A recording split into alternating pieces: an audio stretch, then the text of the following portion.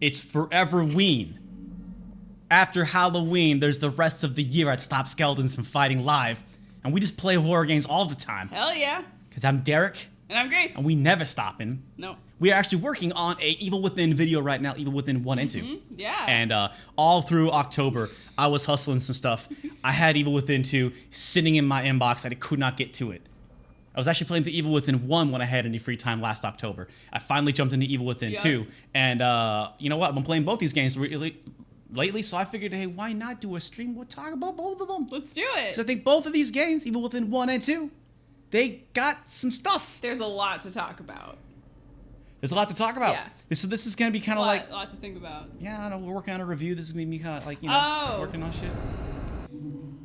Yeah. So we did skip the roll call today. Yeah, we... Sorry, everybody. But if you want to ask each other questions, please do. Yes. I'd love to hear them, and I will answer them if there's one for me. Yeah. At the moment, we are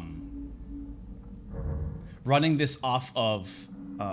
OBS wasn't working with us. OBS did not want the PS4 to be happening, so we're just on the Elgato. Yes. So unfortunately, we were a little late because everything decided to break on us, and we're like, ah! So we just jumped on that, and so because we're a little late, we just wanted to skip all that and just. Yeah.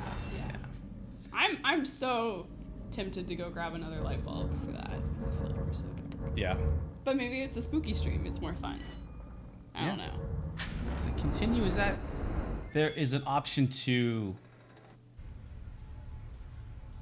I wanted to start on a chapter previous.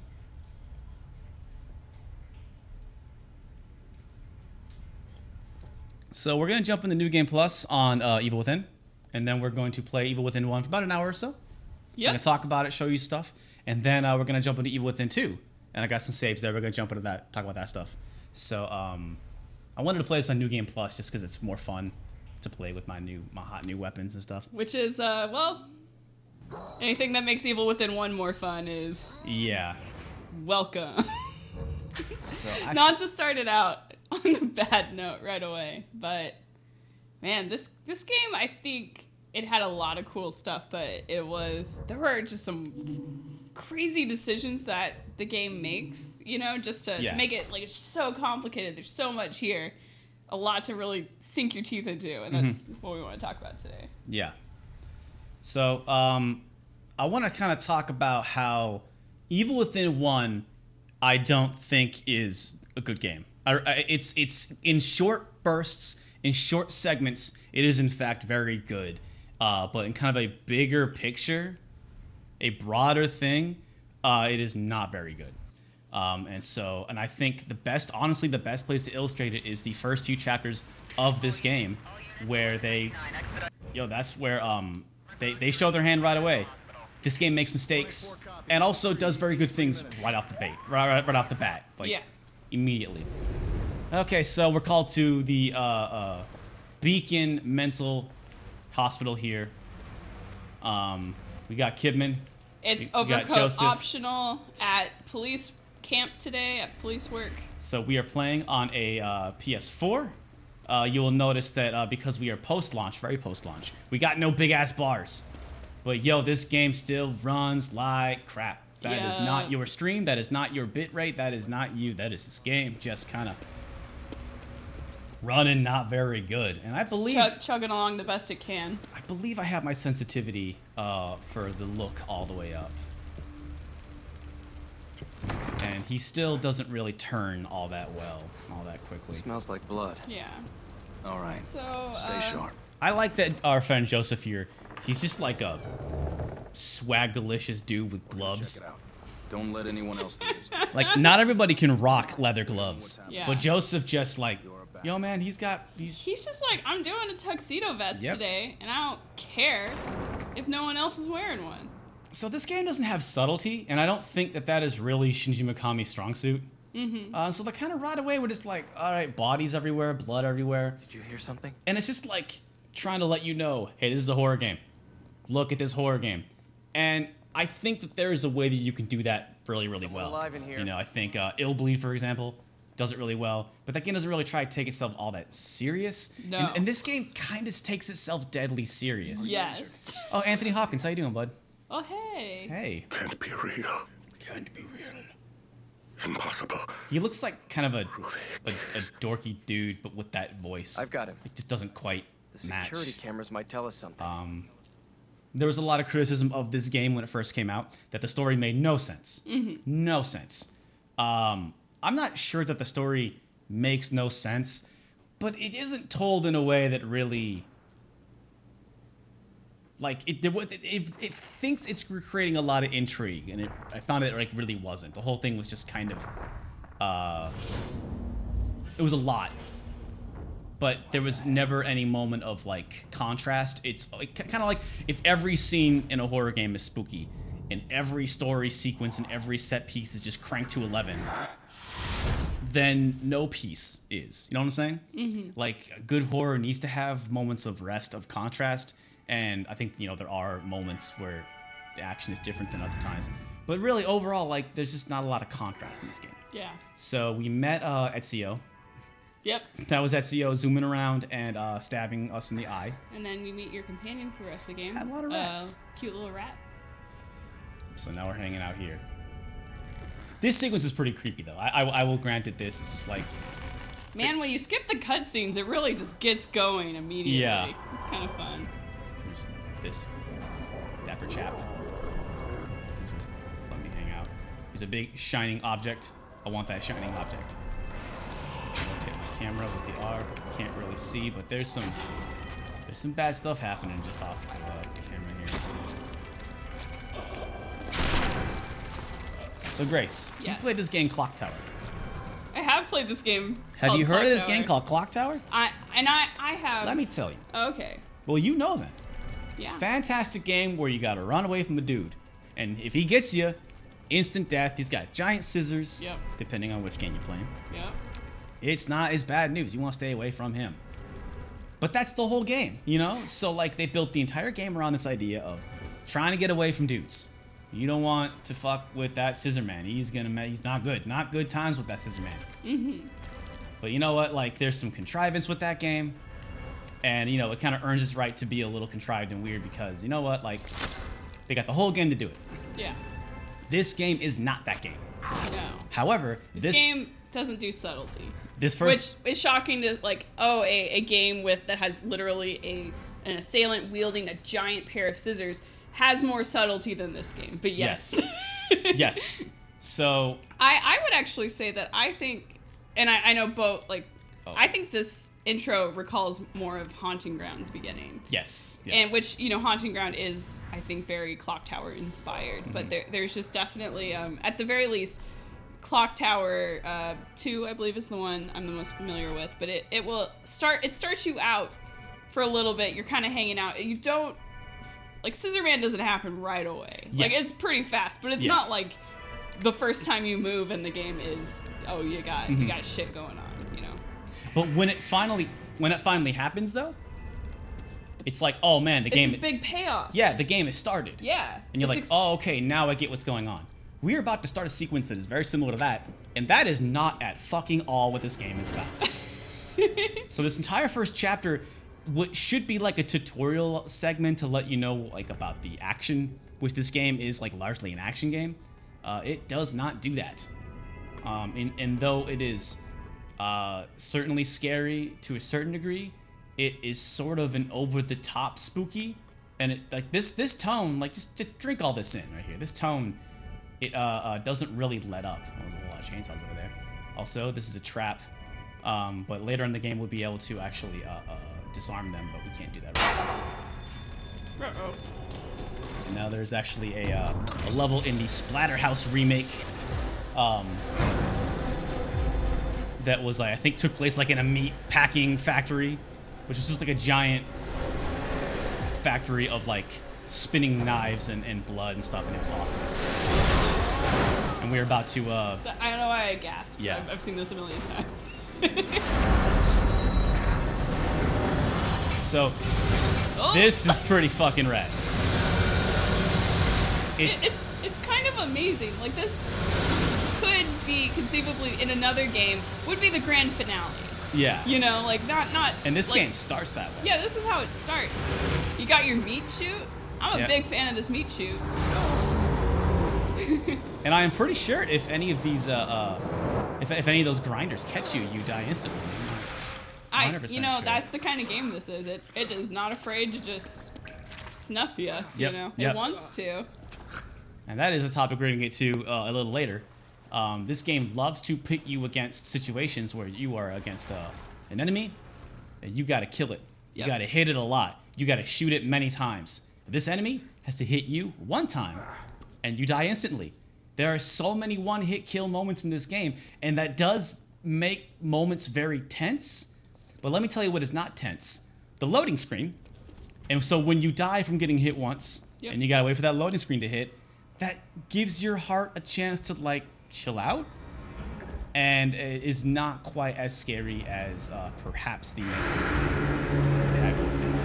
Also, there's a big, long stretch of thing down there. There's actually nothing down there. Because you can waddle very slowly all the way down there. Oh, and you did. To nothing. Yeah, I did that when I first played. I was like, there's got to be loot here, right? Why would they have this big open area? Oh, I don't have a flashlight yet. Alright, so we're hobbling along here. Got to get away from Someone in the Twitch chat is saying this is from an era when a lot of horror games had slip and slides. Mm-hmm. Might not be wrong. Oh, here's a Bach. We'll actually, spoilers, you will come back here way late in the game and have a weapon that you can break those open with. I'm gonna take off for a second. I'm gonna be right back. Oh, sure. So the graphics of this game are really good. I like how everything's wet. And again, I think like in small bursts, this game is actually again really good, but you know it doesn't really have a cohesive. It doesn't have a good flow. It's really moment to moment, and in between those moments is okay. There's nothing over here. I think it's a collectible over there. We're not going to bother with that collectible. So we're hobbling along here. Not a bad looking game, but kind of like all the areas of the game kind of look like this, and they kind of run together, you know. Is that goop? No, it's not goop. Okay. All right.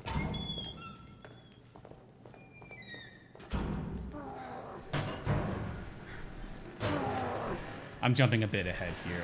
We're supposed to hide in here. He goes, "Oh my god, gotta hide."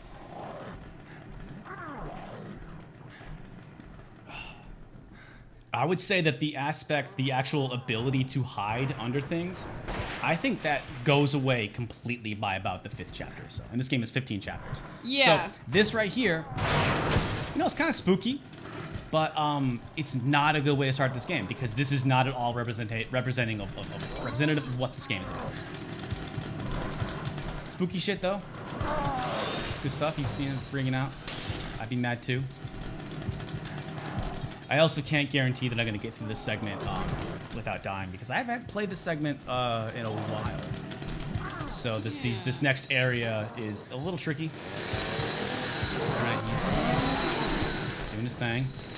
It is tough to kind of show off this game in a live stream because a lot of what it does, like Derek said, a lot of what it is doing right now isn't going to be relevant by like the end of the first third of the game. It is interesting because I think overall this game struggles with tutorializing you, which is fair because there are so many different mechanics. You can't really you can't simplify that. You can't like really hone that if you have to teach someone a new mechanic every other chapter. And so this, this game is just too much. It's kind of interesting because has a tutorial popped up this entire time? Like, have you been skipping them? And I just I think it does say like, hey, I think I skipped the hit R1 to move forward. Yeah. Yeah. Throw this. I died the first couple times.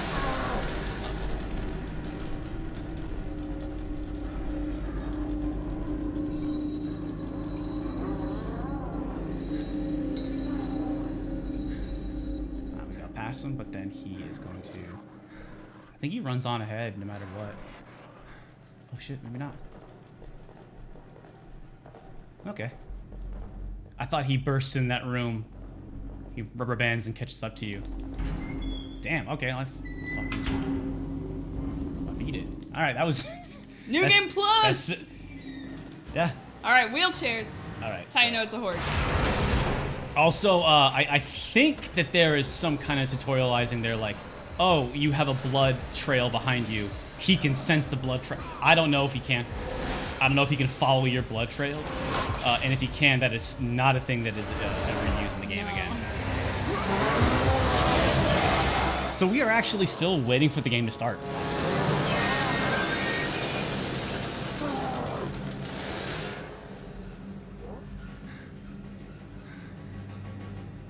Another problem, and we won't have time to really discuss this much, but so yeah, Sebastian and Kidman and Joseph, we all kind of got a call about Beacon Mental, so we go down there to check it out, and then we get swept up into this awful thing. There was a point when we were playing this game. Oh, when we finished my thought. Oh, okay. But what actually is going on here, the actual story, is completely incidental and has nothing to do with Sebastian, our main character. Like, none of these three people that we have met now, like, the story actually has, well, I guess spoilers, there is a little bit of that, but really, that isn't revealed until way late in the game. That you have any connection to what's going on in Yeah. here. Yeah. And it's not like in a cool way, like how Silent Hill 2 doesn't tell you why James is like sad until like the very end. No, it's just like literally like you just happen to be here. Spoilers, Which is... this, with the actual main story of Evil Within 1, has nothing to do, almost absolutely nothing to do with Sebastian. Yeah. Sebastian Castellanos, the main character, we found out about his backstory, and it doesn't really go anywhere, except maybe kind of make him an interesting person, an interesting character. But honestly, yeah, he's not. The second game takes all the story points that were built up and established for Castellanos, and actually fleshes them out into a real story. Like, the second game, like, takes all the extra half-used parts and repurposes them into a game that actually kind of flows better. Oh, his limp fixed itself during the cutscene. Also, this is gonna be during that extended title sequence, which was which was really good. I thought it was good in RPG. We're just gonna skip this. Yeah. We try to get away. We drive away. You did it. Chapter 1 clear. Next chapter. Just keep going. So yeah, we get into an ambulance. We drive away as the city literally collapses around us. Which is a fun visual. Which is actually, there's one gag, and yeah, there's actually, we skipped it, but the cutscene's actually really cool. I would say that you don't need to talk about the story so much, Derek, because just not much it really is like about. It's one of those things where nothing really meaningful really happens for most of the game, I guess is how I would say it. I'm gonna skip this. This is like another neat thing. All right, so we wake up here. We find out a little later that this is our kind of safe room hub area situation. So we wake up in this room, and here is really the biggest problem with the Evil Within. All right, lay it on me, bro. It is fucking terrible at tutorializing and telling you what to do, what things are, how shit works, and what this game actually is. So I'm gonna pick up this thing. So I'm gonna assume that I never played this game before. Okay. I got 200 brain. Like, all right. You got goop. I got 200. Please. It's called goop. No, it's black and white, Grace. I don't even know what it was. I couldn't even see that it's green goop. I'm just like, what's going on with the green goop? We have the benefit of future knowledge. We know that it's green goop. Yeah. All right, rotating the And camera. he's the big goop king. Yo, big goops. He's the big goop It's your boy, Big Goops. Bugs. Oh, Whoa! spooky lady. She's actually a nice Everyone lady. else all right? The city. Whatever are you talking? I like You're the her. only soul here. I like how she talks. Also, this symbol doesn't really ever amount to shit in this game. Totally comes back in the sequel. Like that symbol. That symbol comes back. Yep, that that's symbol fun. actually disappears about a third of the way through this game. It's just a weird Necessary for It's you. just a weird side plot that doesn't go anywhere. Yep. It's like, oh, they must have I'm just cut afraid this out. I cannot answer that. So she's like, I don't know what's going on. Everything's a I dream guess that the here." big secret Fine in here. I would say about this game There's no. And let us know if we're talking over the dialogue, if that's like too distracting. No, but it's fine. oh, it's fine. Okay, Derry says it's fine, so it's fine. But so when I was doing research for our like Resident Evil 4 video and stuff, Shinji Mikami, I found some things about this game, and this game obviously does have a lot of similarities, like some heritage owned to Resident Evil 4. And one thing that really stuck out to me is that Shinji Mikami says about this game that he wishes he had said no to more ideas. Yeah. Because he has so many ideas, he doesn't know how to like kind of foster the ones that are here. So we got 200 Goop. She wants us to sit in this chair. All right. We're like, oh no, I don't want to be in this chair. This is all really bad. I've seen the E3 commercials. I don't want a needle in my eyeball. This is all bad. And it's like, what am I doing? What? 100 to unlock? Sure. And you're like, I feel like I shouldn't be complicit in this. see? Yeah, like this scene's bad. I don't want to do this. Lady, am I going crazy? And then, okay, she goes, blah, blah, blah. I'll be waiting. So that is where you do your upgrades. That's where you go, you spend the Goop to buy upgrades. Instead of letting you buy 100 Goop to, you know, initiate the upgrades and then letting you buy an upgrade so you can understand what that is, it ends there and puts you out here. Does not fucking explain at all what the Goop is, what that was. Near as I can tell, I just got lobotomized. I don't know what the hell's going on. My profile, I got a needle plunging in my brain. This is not fucking good. I don't know what's going on. Where are you? So, that's weird. I think. Connolly. Oh, there's Goop. There's also, they hide some Goop around here, but you wouldn't know to look for it. Zai says that he thinks it seems kind of straightforward, and Zai's a friend of the show at this point. But I think it can be kind of relatively straightforward. It's just that when you take like that could be explained better, I think is the point. Yes. Is that if this is such a core mechanic, it probably probably should be explained better.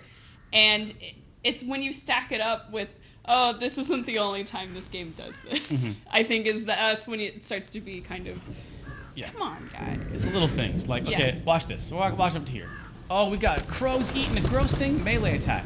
Oh, so should I hit the crows? Am I punching crows? What am I doing? Okay, you told me the melee, and you showed me crows. No. They're actually telling you punch boxes. And get stuff. Which like, actually, I don't think you realized until the second time you played. This is basically what happened was I played through this intro about four times maybe. I don't remember, because I was just so kind of overwhelmed. Like, oh, okay, so this game is all about being chased. This game is all about like traveling to places, getting lobotomies, and seeing dead ghosts and crazy crows and stuff. And I was just trying to get my footing. Like, what is going on in this game? Oh, gotta get our lantern. We're gonna skip this. Your best friend? Whoop. Yeah, we see the driver of the ambulance.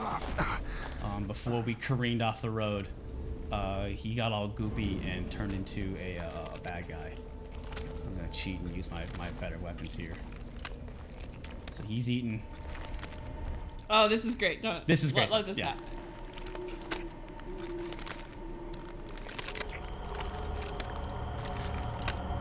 Connolly?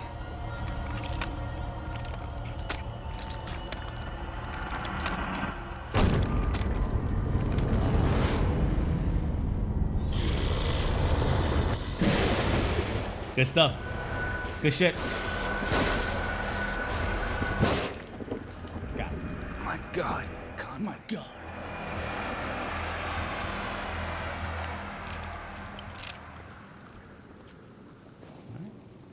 Is there anything to break in here? Oh, there's goop.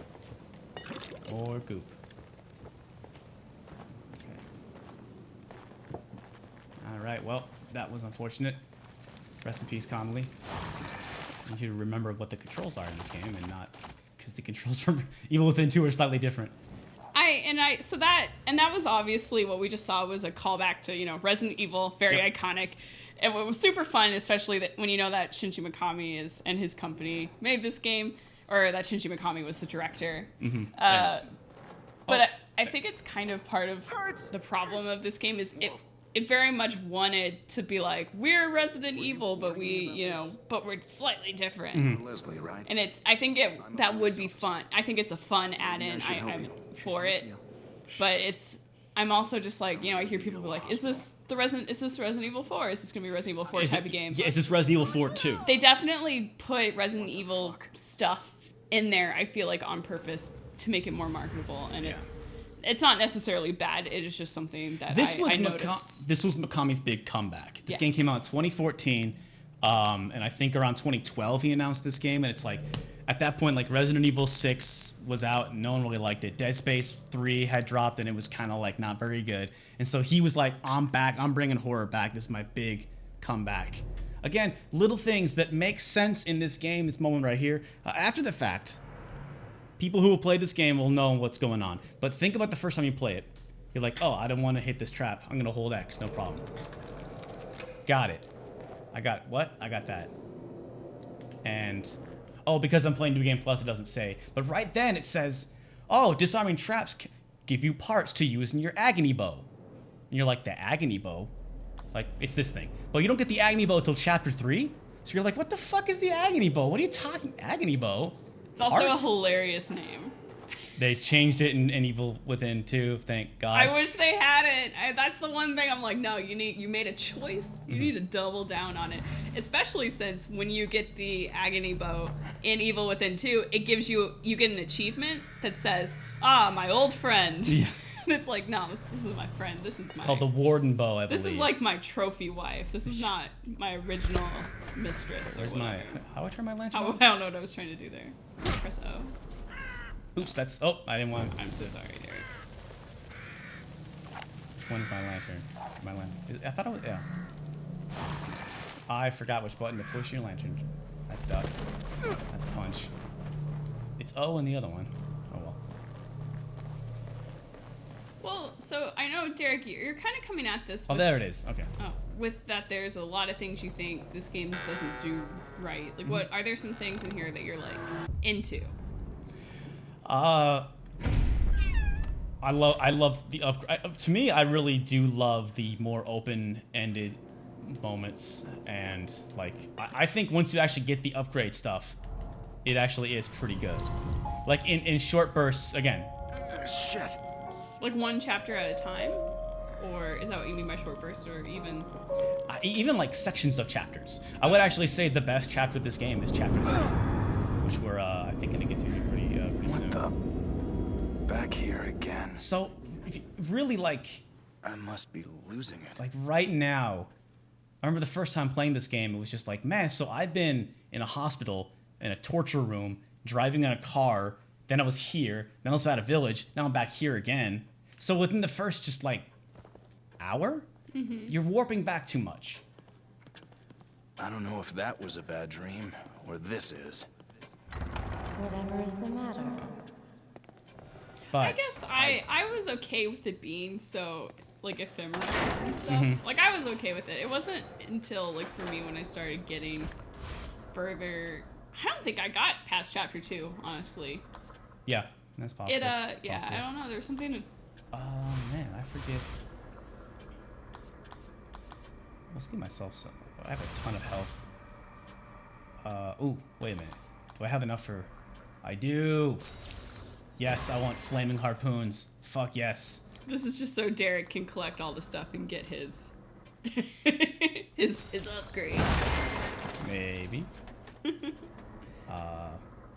Shock, freeze, and flash are all ostensibly like... kind of like paralysis weapons. They all have slightly different things, but like... they're all basically the same. You don't really need all three of these. There's a grenade, but I got explosive bolts. I don't need a grenade. That's kind of weird. But I do like the upgrade stuff. I do like that, like, you know, the game is really survival horror, which is basically just like, I don't know, resource management with survival horror is just a gory game that with high stakes resource management. That's what survival horror means, and that definitely has it here. You know, like, I was never like hurting for ammo, but I definitely needed to like change how I was approaching certain places. Like I was forced to use the agony bow a lot. I think one thing for you is that Derek likes to collect shit. Yes. You know, Derek's all about getting the stuff, and I noticed that the game kind of like pulls you out of places it doesn't really let you explore. Yeah, you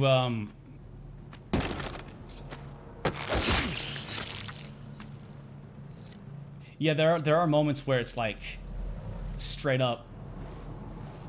Oh, you went. There was like a fork in the road. You accidentally went to the place you're supposed to go, and now that area's just gone now. Like, I'm gonna load my autosave or load my last save so I can go back and collect all that loot. But that's I don't know if I can really hold that against the game. That's a pretty tried and true video game thing. So for my money, this game works the best in these kind of more open, slower areas. Oh, and by the way, there's this statue here. I don't think at any point in the game do they ever actually tell you that's a collectible and that's where you get keys. And we'll actually come back to that. Hold on the keys. Sit on the keys for now. Okay. And then this is some bad news for this guy. He stumbles out and they turn to monsters. I think the monster design is pretty cool. I just don't like the audio of the monsters. It's kind of weak. Oops, that's not duck. Okay, so now we're cooking. So the game has shown us the only tutorializing really with combat we got was with that stealth kill stuff. Oops, do you see me? I think he saw me. So you kind of approach this like, oh, this must be a stealth game.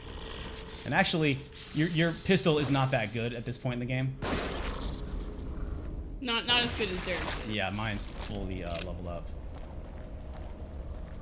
Yeah, this stealthy part, I was not into, and if I had known that it doesn't stick with this for the rest of the game, I probably would have kept playing. But I was just like not into this. I didn't think it controlled well. I felt like the game was cheating to a certain extent. Is how I felt like I was getting caught constantly, and I was like, this is not fair. I don't have the time for this. I don't want to. I was also too like, no, I'm not lowering the difficulty. No, like, I'm gonna keep going. And then I was like, you know what? There are games that make me happy that I could play. Yeah. So I decided that this one just wasn't. And I think like at the end of the day, this game was made like for. Oops, that's not duck. That's how you duck in the last game or in the second game. This game was made for hardcore survival horror fans. And I don't mean like hardcore, like get good. Like, no, only hardcore survival horror fans would be willing to put up with this bullshit to actually see the good stuff. There are some real cheap deaths that you get throughout this game. I watched most of Derek's playthrough of this across. Oh, I think I skipped a section earlier where they tell you about the matches. It might be skipping the tutorial since you are New Game Plus. Yeah, so there's a moment, I believe I must have walked past it, where you break open a box and inside is a single match. And then next to you is a body. And it's like, hit O to burn bodies. And you're like, awesome. But at no point does it like tell you when it is good to burn a body and how it what is the purpose of burning a body. And actually in that moment, that is not the right time to torch a body. Now there is that idea of like, it's setting you up with these mechanics and wants you to learn for it yourself. But it's just like, there's probably better ways to be really telling your audience that, Because then it's like, do I burn like every single body now? Is that what I'm doing? All right, I'm gonna try and I'm gonna attempt to sneak kill this guy. So why don't you go over there? Did you hear that? There's a nice little yeah. Oh, went out too early. Normally doing headshots is not that easy. All right, we're gonna go up here. Overall, the aiming and like the hitboxes of your enemies are incredibly tiny. Yeah.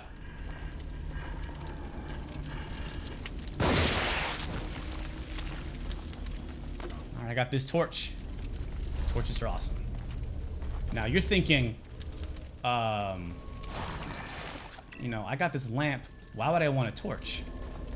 Again, the game does not really tell you that actually what a torch is all about is used as a weapon. And I keep hitting the wrong button for ducking. So we are going to disarm this trap. Bop. Alright, what we got in here? I want in. I want in. Alright. I want goop. Oh, he's getting up. So at no point does the game tell you, like, oh yeah, a torch. Just hit him with the torch and they die instantly. It's a one-hit kill. And that's convenient. There's probably better ways to go about, you know, teach me that. I feel like I'm kind of, you know, I'm repeating myself a lot here because that's really what this is all about. It's just, you know, sort of oh, is it not here now because I'm doing New Game Plus? I probably should have just done a new game. Maybe it's in here. Okay. So, remember that key that I got from that statue? How could I forget? I walked right past that motherfucker. I did not notice it at all. Yeah. Because what I did instead is I came into here. The first time you come in here, the reason why we're going in here is because sitting right here is a box. You open up that box, and inside the box is a key. But for the majority of the game, how you get keys is you find the statues and you break them. So I didn't realize that the keys were a hidden object until way late. Yeah. And I saw those statues all over the place. I was just like, huh, statues, all right. And it wasn't until... You're like, oh, that's just fun. Like, they have the symbols everywhere. Yeah, it's yeah. just another fun little decor detail. Yeah, it's just, oh, the Virgin Mary, cool. You know, it's just some, you know... Would you say that the keys are a pretty essential part of the gameplay, though? They're pretty big deal because it's how you kind of get unlockables. And, you know, this game is all about conservation. Do you get unlockables, it's all about or hoarding. does to me, it seems like the keys are just like, oh, I get a chance to get an extra med kit. Right, but sometimes you need that extra med kit, and sometimes you get extra goop, and it's like sometimes that's the difference between, you know, a new upgrade that can really help you out and not, or sometimes hey, it's like it's a couple extra, you know, rounds when you need that extra help for certain bosses and stuff. Well, I know that in some games, like in particular in the first Resident Evil game, that if you did mismanage your ammo and such enough, it was possible for it to be impossible to beat the game after a certain point. Do you feel that way about this game? Do you think it would ever be impossible to beat the objectives before you? No, I never felt that way, but ammo was scarce, but what I found the solution was, like, say you really want to stick with your handgun. Okay. But then so I have a rocket launcher and a machine gun. These two things you get after beating the game. So those are off the table. But yeah, you kind of like have your shotgun, you have your handgun, you got your sniper rifle, and you have your bolts, your 5 different bolts. And it's like, you know, I never really use the flash bolt that often. I never really use the freeze bolt that often. But I found myself like kind of pinned in a corner. It's like, well, I have to use these. And so I never had to run away from many battles because I just did not have any ammo. But I definitely had to switch up my tactics like right away. I was like, okay, I'm out of shotguns, I'm out of handguns. Okay, I guess I got to use my harpoons and stuff like that. And so I actually kind of liked that the ammo was so scarce because it forced you out of your comfort zone. All right, this guy right here. What are you doing, bud? Oh, you coming at me? Bop. Also, a nice way to kill dudes is shoot him in the shoot him in the leg and then drop a fucking match on him. So one thing that the second game gets rid of is traps. The traps are cool, but because there's like these bear traps are like everywhere. You know, the problem is you're kind of like you kind of always want to be crouching. Sucker. And so I think actually losing the traps in the second game was smart because... Did they still have tripwires and stuff like that? Yeah, but only in like really specific situations. Oh, okay. In one place in particular, it was like an electric one, so it only hurt you a little. It wasn't like an explosive one that did a lot of damage. But, you know, it's like you forget about traps until you come across, you know, moments like over here, where like, bam, bear trap right there. Like, which if you're right here, and you're walking around trying to look for dudes, you don't even see that at all. Until you're ducking, hitting the wrong button to duck. See, now I can disarm it, but from here you don't get it at all. And so I got really paranoid, and I was sort of like, I like the idea of traps. I like the idea of I like looting. I like hoarding. I love collecting shit. But also, I was like kind of forced to play the game like this the whole time because I was like, I don't want to hit a trap accidentally, because ammo is scarce, healing items even more scarce. But then you have moments like this. So got dudes right here. Oh, there's a dude over there. I don't want him to see me. So I'm gonna duck right here. And I didn't. Again, I'm pushing the wrong button. I apologize. But oh, okay. So, I want to. If I can sneak kill him, I have no risk of losing any health. It doesn't cost any ammo. I want to sneak kill him. Oh god, can I get there in time? Can I get there in time? And I'm hammering on the X button so I can kill him as soon as I can get there. It's a tense moment, and I think this game and Mikami works best when he kind of has a big open area and kind of does that sort of like Far Cry 2 moment where it's like, all right, here's all these systems, and let's just see how they interact. Let's just fucking go. You know, and I think you talked about like Skyrim has moments of that where you're fighting a dragon and then another dragon shows up. You know, it's like these are different systems just overlapping on each other. Yeah, it creates its own kind of story. Yeah, exactly. And so in small bursts, I'm gonna keep doing that. I apologize. I'm trying not to do that, but I will keep doing that. They switch up the controls from Evil Within 1 to Evil Within 2, and which is a good choice. And it makes a good actually move on their the part. changes make more sense than Evil Within 2. But I think you're a little bit more used. Your Evil Within brain has switched over to 2. It is currently about 7:30 here in beautiful, sunny Seattle, Washington. About 4 o'clock this morning, I was playing Evil Within 2. I couldn't put it down. I was having a really fucking good time. Also, there's fun shit like this. If I had instead come across that dude from over here, gotten his attention, he would have ran at me and blown that up. Yeah. It's pretty awesome. So in that way, like, this little level is very well designed because Yeah. it kind of plans for different eventualities based on what the player does. So again, I've been really hard in this game, how tutorializing things, not explaining shit to you. Here's an example of it doing very, very well. Got some bodies here. Whew, thank God they're dead.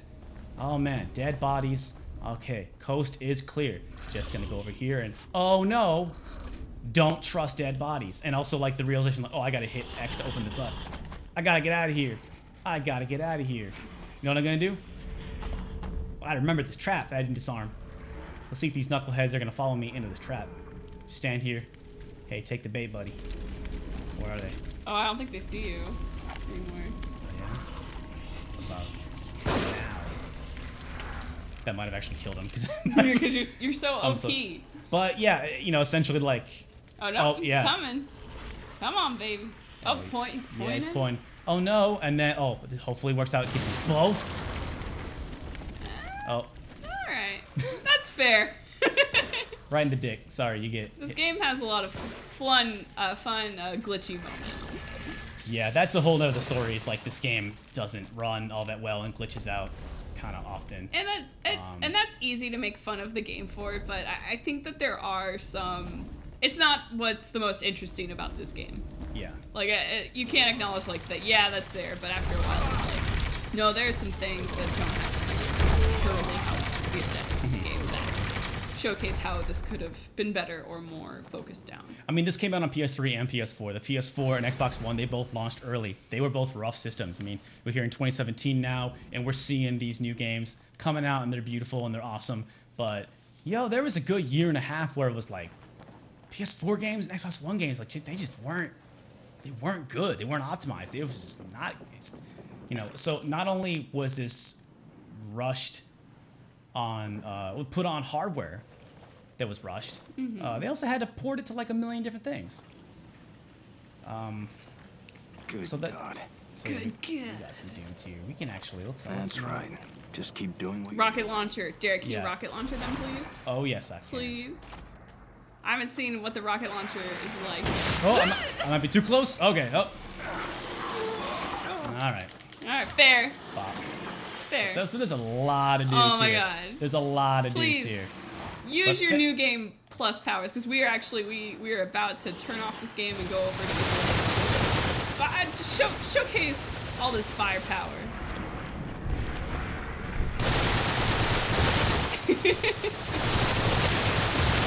Yes. It's actually like kind of satisfying to see this after, because this game does make encounters with kind of grunty dudes. It you know, it really could be like That oh, was this is the 3 thing that fucks you up. headshots. That was 3 headshots, motherfucker. Big See, Goop King. You know this game's all right. Oh. Oh, still got some more. Rocket launcher. Oh, hold on. Here's a tip. Woo! You can burn bodies and You can chain burn them. yeah, it turns out these dudes are super flammable. Oh, these guys just keep coming. It's Huh? not just an infinite spawning. Ah, they do stop eventually.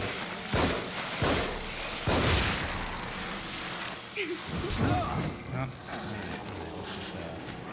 this should cue a cutscene where I'm. Oh, I didn't run deep. Bop, bop, bop. Get that See, torch. I'll be having that, and we'll just Boop. light that there. So this game's not running that good. This is some frame rate, folks. Oops, nope, nope. Sebastian, I wanted you to swing. I wanted you to swing. Aw, you got, I wanted you to got a nice, swing. Got fun smooch instead. All right, let's just jump up on ahead here. We will go ahead and give ourselves a whoops. Nope, that's the wrong one for that. Kill ourselves a syringe. Oh, he doesn't move while he does that in this game. That's a problem. Wait, is this the last two? Might be the last two. All right, all right. God damn it! Oh. Oh wow, I didn't see that. They're so close. That was really cool. I figured it just respawned all of them further away. I didn't think that. All right, that's pretty cool. Yeah. That was a cool moment. The 2 dudes that were chasing me were incorporated into the cutscene.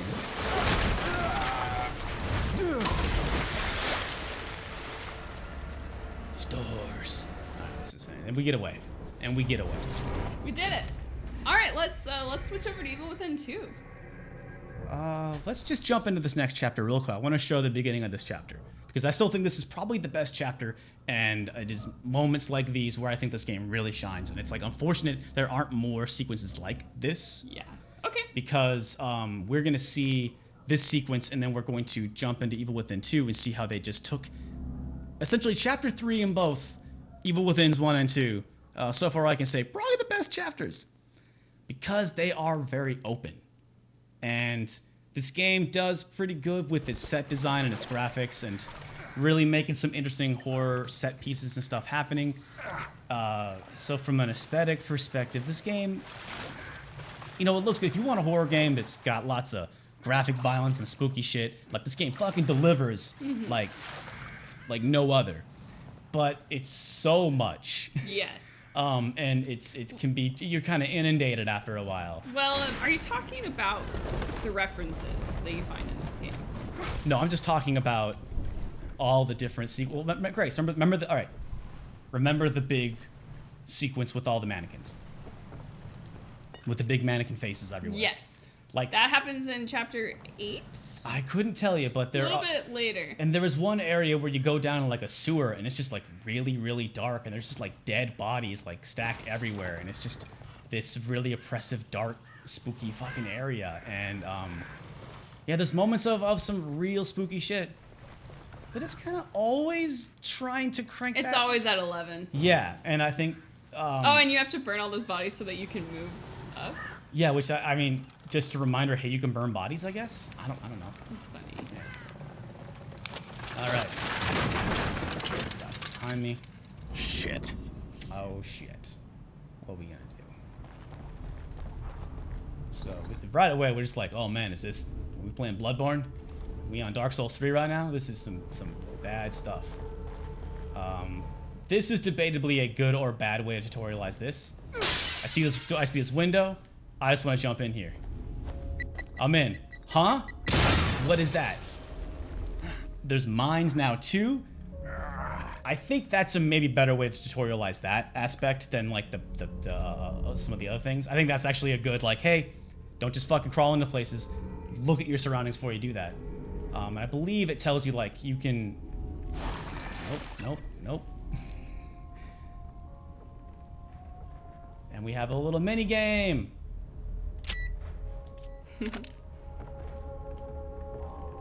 You got really good at that minigame. it gets really hard.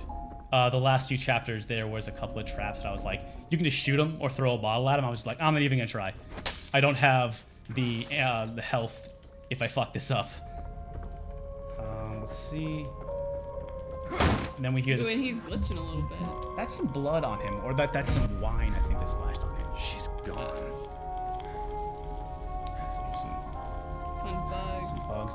You know, not a whole lot of bugs in the rest of this game. But wait, let's not jump back. Let's just keep moving forward here. I guess what one point I did want to make is after a certain bit of watching Derek play this game, it just kind of, Derek and I just had like a list that we just kept track of like, okay, what is the next like horror trope they're gonna put in this game? Yep. And it was so fun as we were going through to be able to check things off, like little girls singing nursery rhymes, check. Mannequins, check. Possessed dolls, I think. Oops, Does that that's- pop up at some point, or am I making fun of it? Is there a possessed doll in this game? I'm I genuinely want to curious say there's now. creepy dolls, but not possessed Not dolls. possessed dolls. Okay, Yeah. never mind. We didn't get that. But there's No, don't shoot. clowns. There's like one segment where you're like on sort of a merry-go-round, but like there's a knife spinning, You were in the ambulance. and also later in the We can game. skip this cutscene. Oh, I Have you can't. seen yeah. anyone else? My patient I Leslie. think I missed the I chance. saw him running up ahead. Later on, dudes start wearing masks, and therefore you can't headshot them anymore. I mind you. Now we're gonna see what's up with Anthony Hopkins here. He's just gonna. Have a look for yourself. So really, the point of this game is about the story is about this dude named Ruvik, really, Village. and They're all over the place. this guy Leslie that we're gonna meet here in a second. Leslie went through that. So oh, I thought we saw Leslie is another We have seen There are too Leslie in many this. to shoot our way through. yeah, Leslie is another mental to patient. lure them away while the other And gets the he's gate important to the open. story somehow. You're the one with the gun. Exactly. And then this guy you say here has so. been like, Ruvik, oh no, it's Ruvik. We learn a little more about him. Oh, that sequence didn't happen. There's actually that wall down there. You kind of see there's some spikes. Oh, Ah, damn them both thing. spoke There too is a soon. crank on the terrace. You'll need So if to you try operate to enter the village before talking to him, these walls come down. And I think they can kill you. I never actually went in there and found it out the hard way. So here's like some of the best shit in the game. This is honestly some of the best stuff. Well, why? What do you mean? Because we got this big open area, all these rooms, Over here! Here! and Because a lot of this game is pretty linear. That's right. it is, but this section where basically there's like kind of four or five houses That here. old guy's gonna get himself And- killed. Oh no, there's dudes coming. Oh no, dudes over there. Dudes everywhere. Like all of a sudden, just like, oh shit, and then you see nothing, and just all of a sudden You just, get knifed. yeah, you're just in trouble here. And yeah, that's the end of me.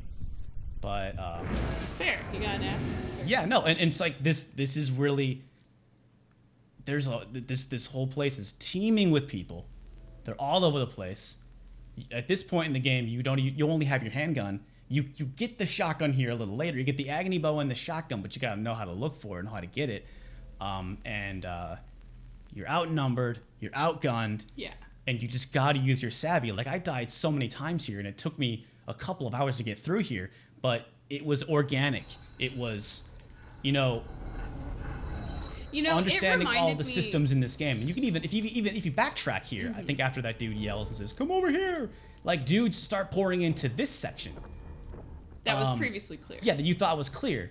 So you're like, okay, I don't want to go that way. I want to go this way. And then, oh fuck, it's really really good stuff. It kind of. And let's see, I need to go and just give myself a little. Give myself some bullets here. Oh. Oh, I forgot I had flame bolts. Oh, that dude's got a mask on. That seems. Oh, the masks didn't show up for a while, but I'm not sure if you saw, but that guy had a creepy horror movie kind of Joker-ish or kind of clown type mask. President Nixon mask. No, I'm just kidding. Yeah, kind of a Point Break style mask, but it's like some dumb porcelain thing that can block bullets. And then also, Okay, well, I'm just gonna go right out in the open. Ooh, these hanging bodies. That's some spooky stuff. I'm just gonna walk past them. And then they fall down and they get up, and then you're in trouble. And it's just really cool, you know. These guys are gonna start following you. This guy's shooting There's a at you. heavy. Better find cover. Yeah, that guy's got a rifle. You go in here and it's like, oh god, what's behind this thing? Actually, turns out you can break this door open? I didn't realize that.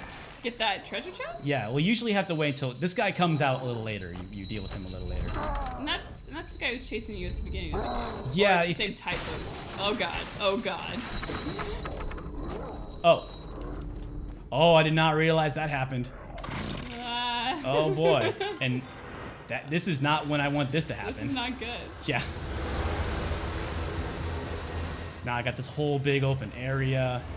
It's just really great. It's just really great. This is, and oh shit, all the normal people got fucking summoned to my presence. This is like Resident Evil 4 shit. You know, this is great. It's great stuff. Get fucked. This guy is be on fire. Shock everybody out here.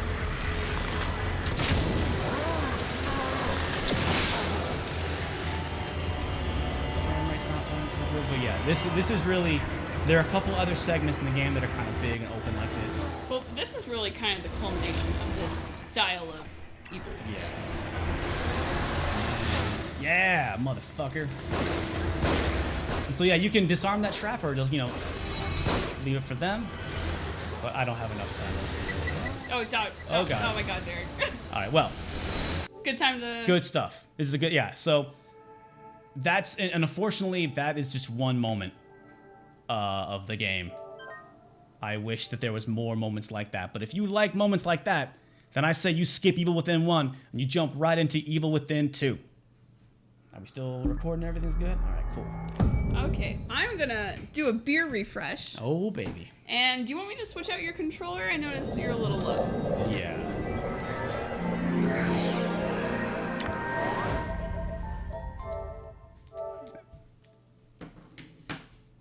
Thank you. I'll go plug that one in, yeah. Get yourself 2 controllers so one is always charging. So Shinji Mikami did not direct this game. Apparently the director of a couple of other really good chapters in Evil Within 1, as well as the DLC, I believe, directed this game. And it really just shows, whereas like Evil Within 1 was like all these systems, just kind of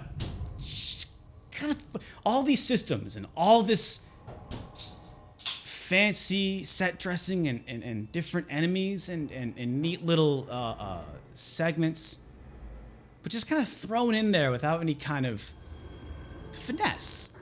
This game feels like it is that same idea, uses the same building blocks of Evil Within, and really makes it into a much more just I would call it a focused experience. Way focused, more yeah. focused. So Hi, I'm back. This is where I'm at right now. There are 17 chapters. So I guess full disclosure, I have not beaten this game as of this recording. But, you know, I worked my way through Evil Within 1 just to say that I could do it because I was working on a video for it. I couldn't put this game down yesterday. And I also just wanted to say that we are jumping into Chapter 3 because Chapter 2 is pretty cool, but it is not. Chapter 1 is a cutscene. Chapter 2 is pretty cool, but it's not really representative of the majority of the game. So Chapter 3, I think, really just kind of scoops you into this like cool situation. It's really the proper start, but here's the thing: is the intro to Chapter 1 is like right away, like, hey, Sebastian, remember that side story about your daughter and shit? That's the focus of the game now, and. Well, Sebastian remembers. The Yes. player might not remember. Exactly. Weapons parts. So this is a old game. This is not New Game Plus. This is my save from here. So we've met O'Neill. This is, if you've seen the... He's the crankiest Ghostbuster I've ever See met. the cutscene where he's like, it's fucking evil out there. Yeah? Well, it's evil within, too. And they both look at the camera. It's wonderful. I'm not sure when that cutscene happens. I'm that guessing. cutscene is amazing for a couple of reasons. It's hilarious. It's well timed, well acted, everything. But I think what's even better about it is it shows that the game has a sense of humor. Yeah. It is not. Finally, we're at the point that this game should be at, where it's, hey, we are using a gimmick to reference a bunch of different horror movie tropes, and we are not taking ourselves seriously. Yeah, We are having fun. As and opposed that was to- what was exciting about Yeah. that for me. And it's like, it still manages to have a good story and have moments of like, this game's got some real shit happening in it, but like, have some fun. Have a little bit of fun. You have a crazy 50-part lady who has a giant chainsaw. Like, let's just chill out and just be friends. So there's the workbench. So there are now 2 types of consumables we have to worry about. So the electric chair or the lobotomy chair or whatever in Evil Within 1, that's for all your upgrades. But now they split them, so now you can make your own ammo if you need to. You can craft items. Oops. Yep, and you can craft items and you can hold look. I guess it has to load in the thing. Yeah. So now we actually kind of, there's like the safe rooms that are in the world, and then we leave the world and we come to Sebastian's room, where we see the nice nurse lady. Let's go see what's up with her. Let's go and just. You're like, what's going on? Oh, let me have some of that burr.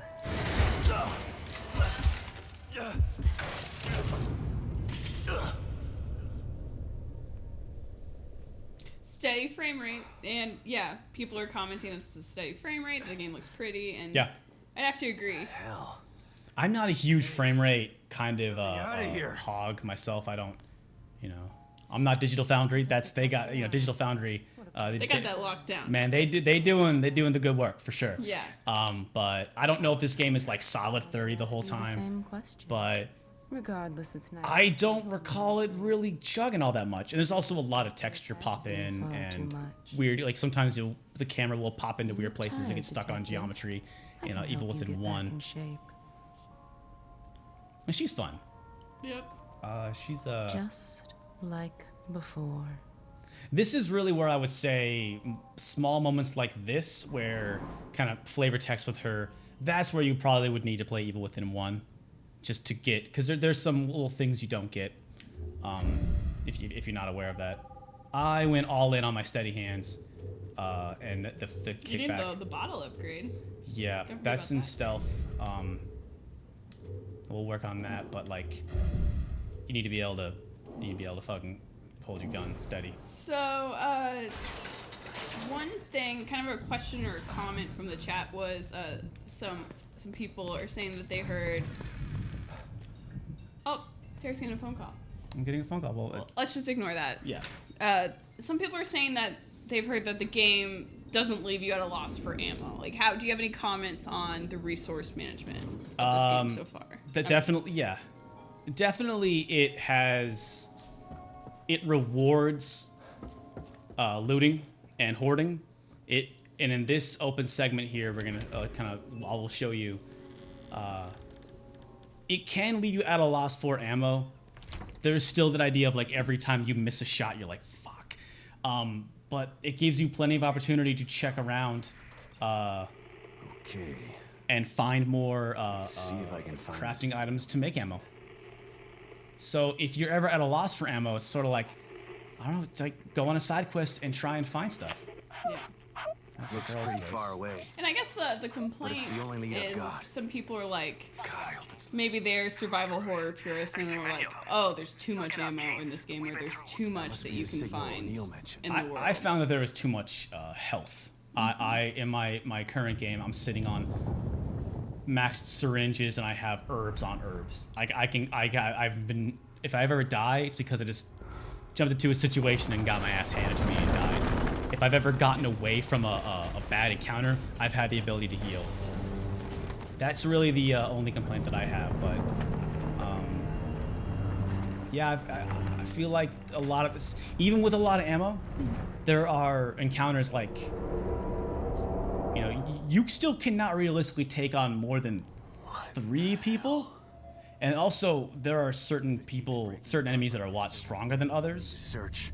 And, you know, you certainly can't take them on with other things. And it's like, you know, this game gives you a lot of opportunities, though, to get away. So, like, They also made Sebastian's model noticeably older from the previous game, which they didn't need to do. Like, technically only 3 years passed between the first game and this game. but apparently But I think has, it's a primo nice touch. he I really has like become it. a raging alcoholic, apparently, at this point. But, Yeah. you know. Oh, I don't know. I don't think I think it would have been understandable if they had just been like, no, let's just use. But I like how he looks different. I think that's a fun detail to progress the story. Okay, so do you see those roadblocks, those dudes over there, right? Those zombies Yeah. over there? Yeah. They're pretty far away, Oh, right? so far. I can't believe how far. But if you look at the map, like, that's really it. There's a lot between here and there. But our goal is to get up to here. This is a giant fucking area. It is so dense. And almost every single house and nook and cranny can be explored and has stuff in it.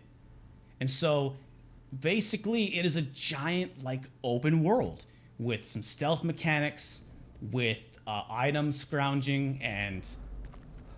Oh yeah, here's something that's not going to be hit. Can I crack this one open? I can't even crack. You can crack fire hydrants open and use them to your advantage later. You see, there's just... Oh, you can hold bottles now? Which, by the way, I'm going to put bottles in here, because... So after playing Evil Within 2, it's pretty obvious so far that you like Evil Within 2 better. Yes. But after playing Evil Within 2, would you say that Evil Within 1 is a bad game? It's weird. As much shit as I talk about Evil Within 1, it's like I don't think I would recommend it, but I still liked it. And I think people who are way into survival horror and wanted more Resident Evil, want more Resident Evil 4, I think they will be able to see past its flaws. And also, that game's probably pretty cheap right now. Yeah. So I want to get this dude. Oh, got him. Yeah. Get out of here. You done. And then, no ammo wasted. No health lost. And I got goop. Got a hand axe. Hand axes are similar to torches, and they're a one-hit kill thing. Up here. But why? This actually comes into play a little later, the stacks of bodies. Ooh. So we see this. Oh yeah, and he does not like the smell. Here's a fun thing though. You can keep the axe on your person and still use other weapons, which is not something you could do. You had to drop it and pick it up Had to drop it each time. Yeah. So I recall this might be a mistake, but we're gonna jump in here. So as people in the chat are pointing out, and they're not wrong, that this is another game in a long line of dad games. Yeah. The dad apocalypse we are experiencing right now in the video game sphere. I've seen, but It's not my favorite, but I will reassure you by letting you know that you do not have to take care of your child for most of this game, as far as I know.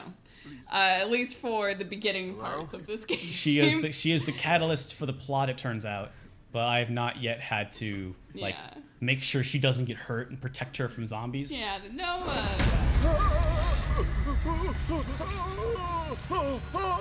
Ooh, the saliva strands. That's pretty cool. It's fun. So I entered this church. I didn't need to enter this church. There's no reason to enter this church, but I did. You got a cool cutscene. Yeah. All right. This isn't his first rodeo. This is all right. Get back up, man.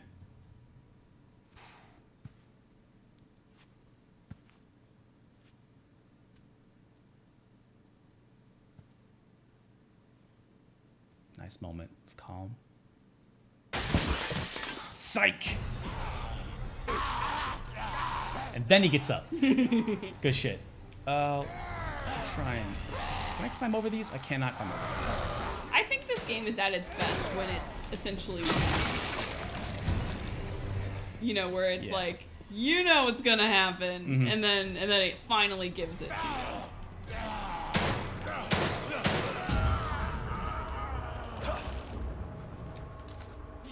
Also, they introduced in the sneaking mechanic, they introduced that eyeball, Yes, which is lets you.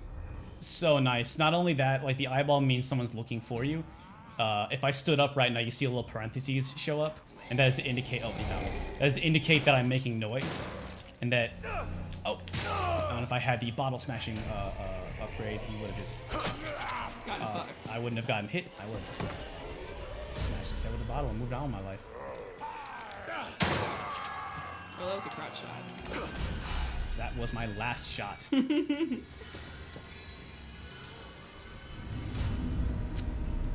Pick up an herb. I can use that to make more medicine for me.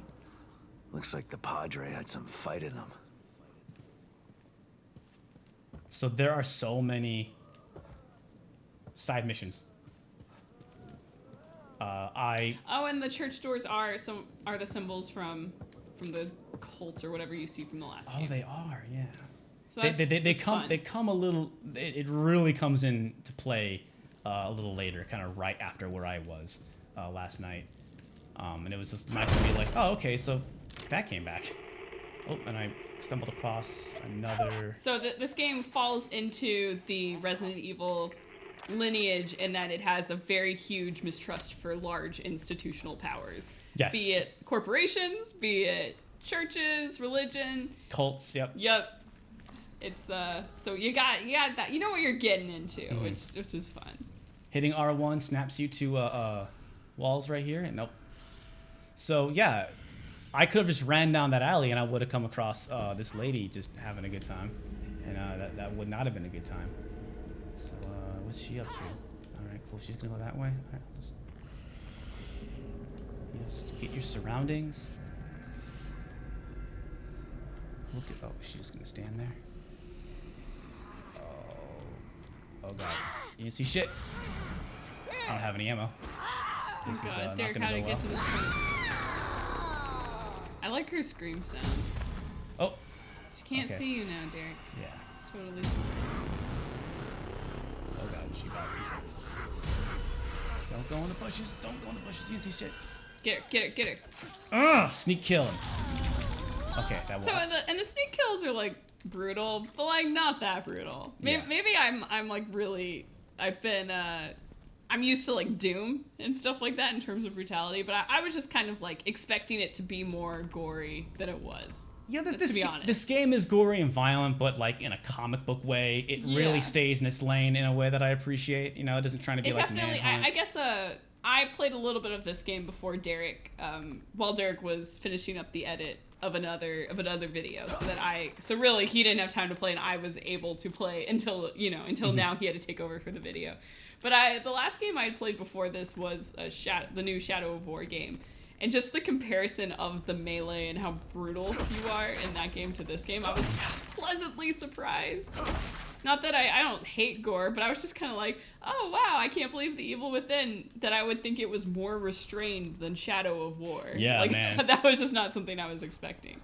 It's like, because they're orcs, it's okay to just get fucking savage on them. I don't know, man. Oh, nothing in there. Okay, no hamburgers.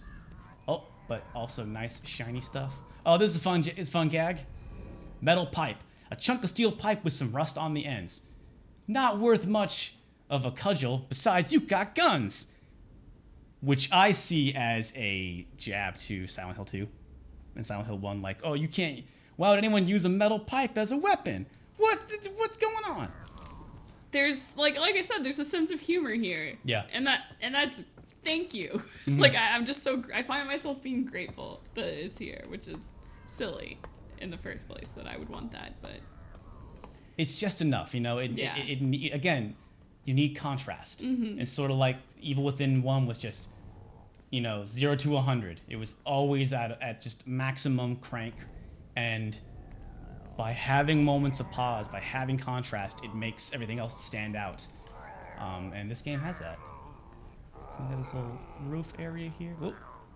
Okay, cool. That was pretty good. That could have been costly. it was kind of funny to realize that you've been playing a lot of Bethesda games lately. Yeah, I was playing some Wolfenstein for a minute.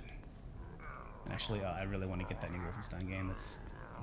I keep seeing articles with headlines that say things like, Wolfenstein 2 is the best story in video games, and I find myself being skeptical, and I really just want to experience that, and so I'm excited to play it too, but I haven't had the chance to pick it up yet. That, by the way, A+. Yeah, A+ sneaking. Really should not have grabbed that, but it looked really good. Paid off. Oh. Made you so cool. Ooh, gunpowder. Well, I'll take this ammo here. Wait. Oh, I think it's gonna turn around. Right. Oh, abort. You can use a bottle to distract you. Yeah, I just Got all these bottles, Derek. don't turn around. Oh, stop it. Oh, Yeah, Derek, there are Derek's hammering that X button. You get upgrades to your sneaking. Ooh. Yes. Yeah. That was one thing that was really strange about the sneaking mechanic that was in Evil Within 1.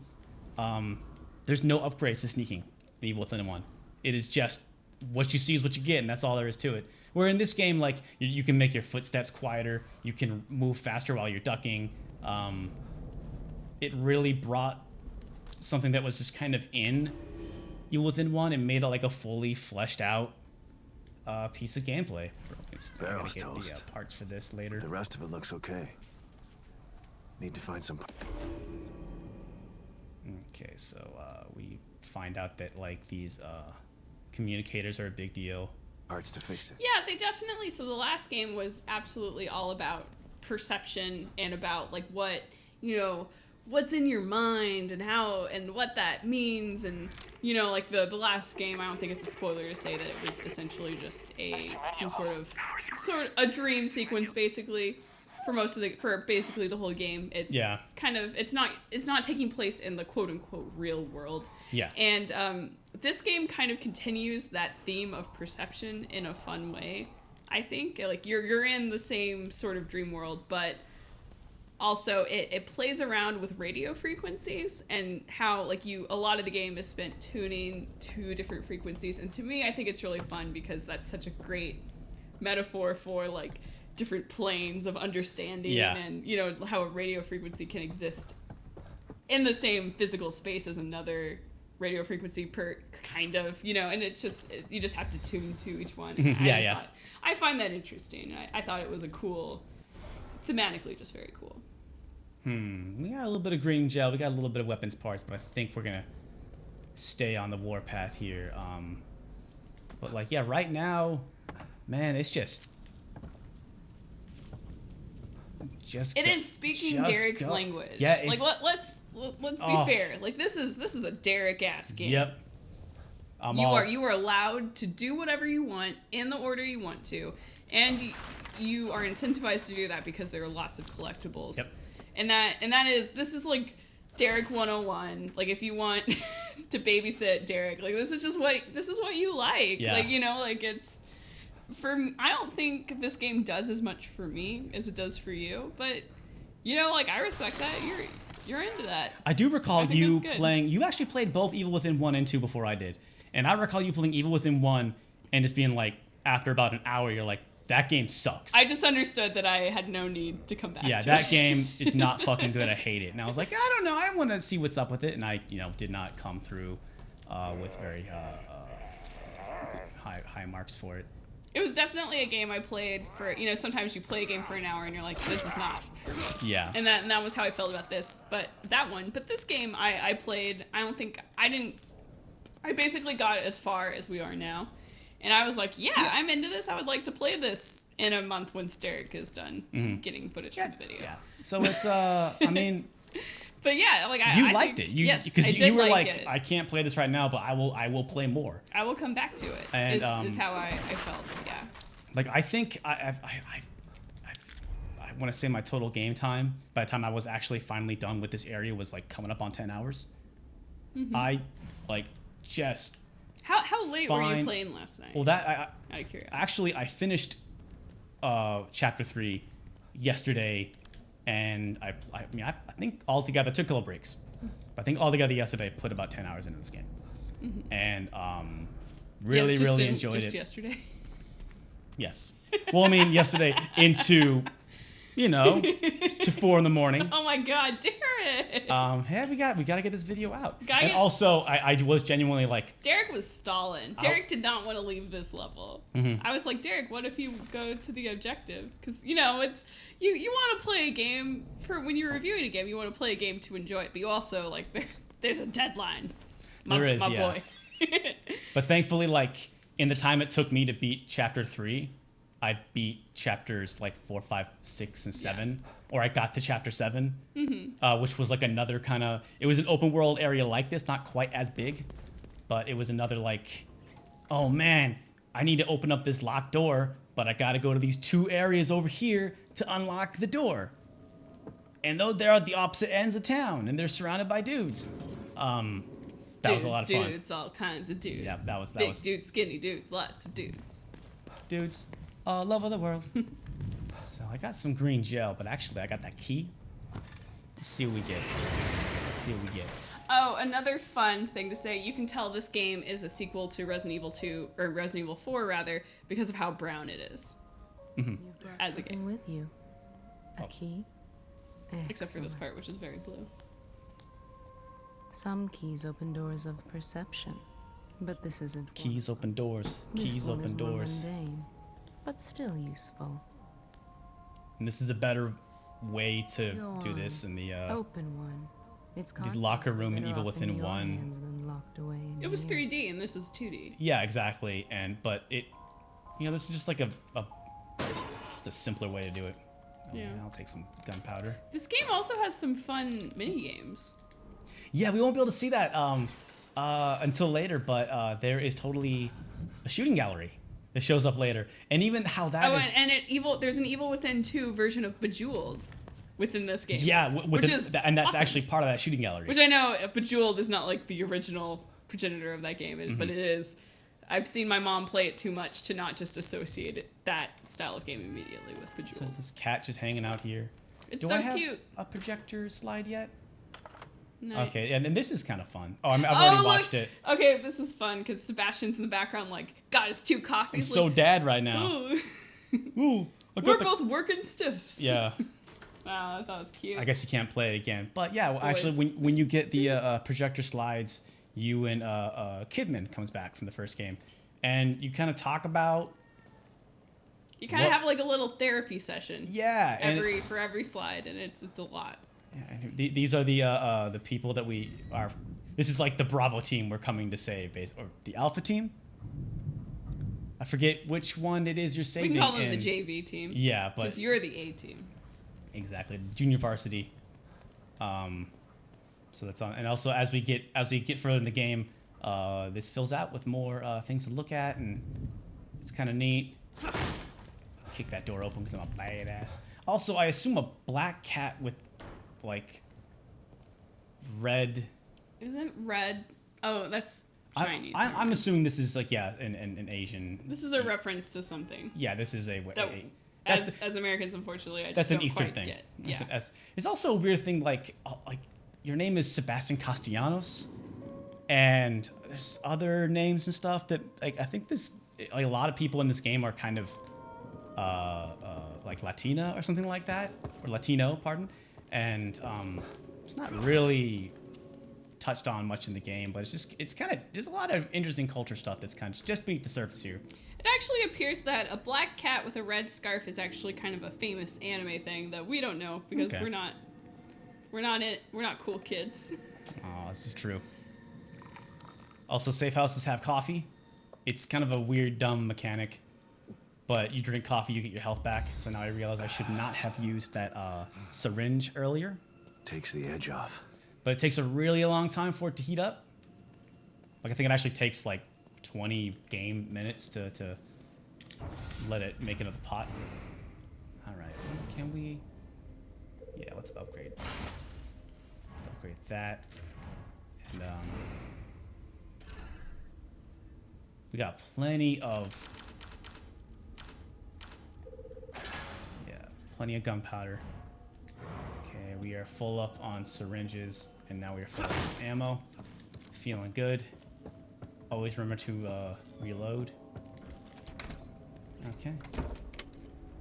And then we're back out. And the world is our oyster. Let's see. I think we can go to City Hall here. That's just a shit show down there. I don't even want to deal with that right now.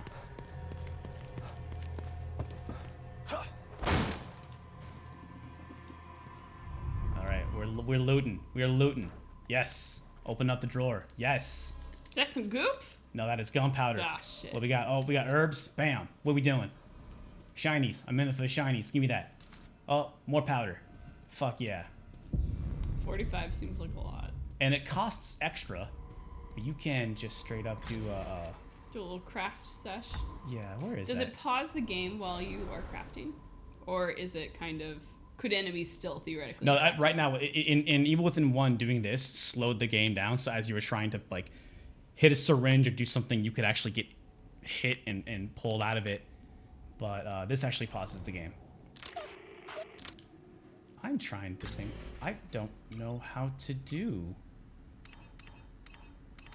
Because you actually... I've never I don't actually- think I've ever seen you craft in the field. Because, like we've mentioned, Derek is crazy. And it's Yes. like, I'm not going to waste a material if I can do it for cheaper at the workbench. But it gives you the opportunity Yep. to craft in the field if you want. And I'm not, maybe it hasn't shown up for me yet, but I actually don't know how to craft in the field. But yeah, it basically, you can go to a workbench and make ammo, upgrade stuff. Oh, well, you can't do upgrades, you can make ammo. I Yes. think that is the difference. And it costs more though. Which is fun. Yeah, so it's, I think again, that's good. the give and take, the push and pull, that delicate balance. Evil within, evil without. Yeah. That whole dichotomy. Well, that's locked, but it looks like there's a stairway there or something. There's something going on in there. I see a There's handrail. probably collectibles down there, Derek. I want to What- get it there. What are we going to do? All right, well, we got some stuff. Yeah. Yeah. I don't want to fuck with that, so hey, let's go and fuck with over here.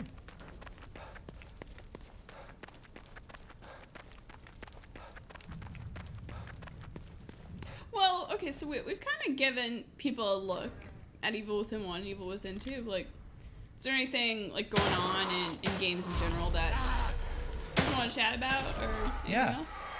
I guess any questions in the chat right now? I'm gonna keep playing this. We're at yeah. Let's just keep playing this for like another 20 minutes or so, and then we'll probably wrap it up. But like, yeah, what's going on in the chat? I've been Jabberjawing. Juberjoo? Yeah, I've just been going at it. I've been juju fruiting here.